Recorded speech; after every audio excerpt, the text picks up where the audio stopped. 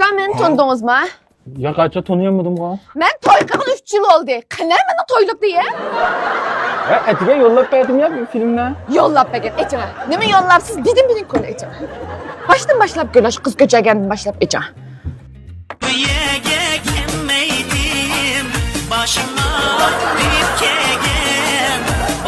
Kim bu? Üçten aşk yaptım ben bir yer gelmedim de bu. Toy mı kız göçerken ne vardı da neye gelmeydi o? Bu beni aldığın adamını kaya güzme. Üzünüz alay diyen var, çidimaya kaldınız mı, kadın alanmaya kaldınız mı? Kapımı sadece. Makul bunun ama. Devamını körle. Aa yol düşün beni çöy gidip tam son yıkayana içime. Ayrılırız, aman ayrılırız. Ne mi? Oy ma tansa ma toy tansa. Toy! Tansa ma. Nimden? Tanrısına emesine ben akşam. Emez! Bu diye toy! Bu diye tansa. Bunda ya diye romantik, muhabbetlik nakş geliyordu. Bir gün ötelli bir yaşalı kıymet diye ya. Ne mi koydunuz çıkıp ayrılmak ettim canı yaraydı. Kapımı sadece. Devamını körle. Atağının salam bir kayanatça.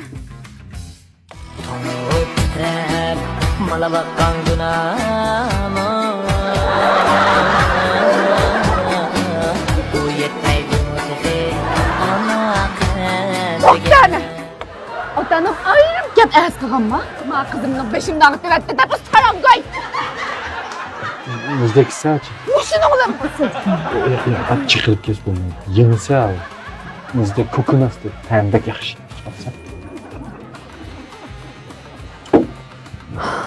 Neyse ama toyday taçını bilemse ya.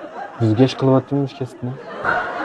Ma toyunu kim bilen kim kavatıdır. Atanası kim? Toygu katnaşkalı ma kim al kim bilemse sen kimlik kavatıdır. Kimni tatipti ben? Kim mava?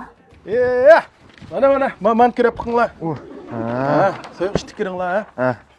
Bağakçı buldu o. Bağakça? Bağak degeni toydum bir taksışka. Bakkan.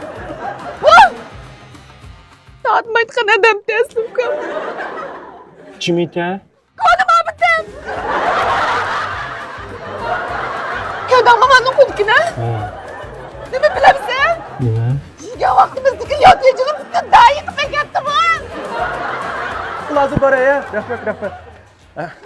Kirangla. Ben de olarak. Ve şatte kot verdi. Emre'den irim kot verdi.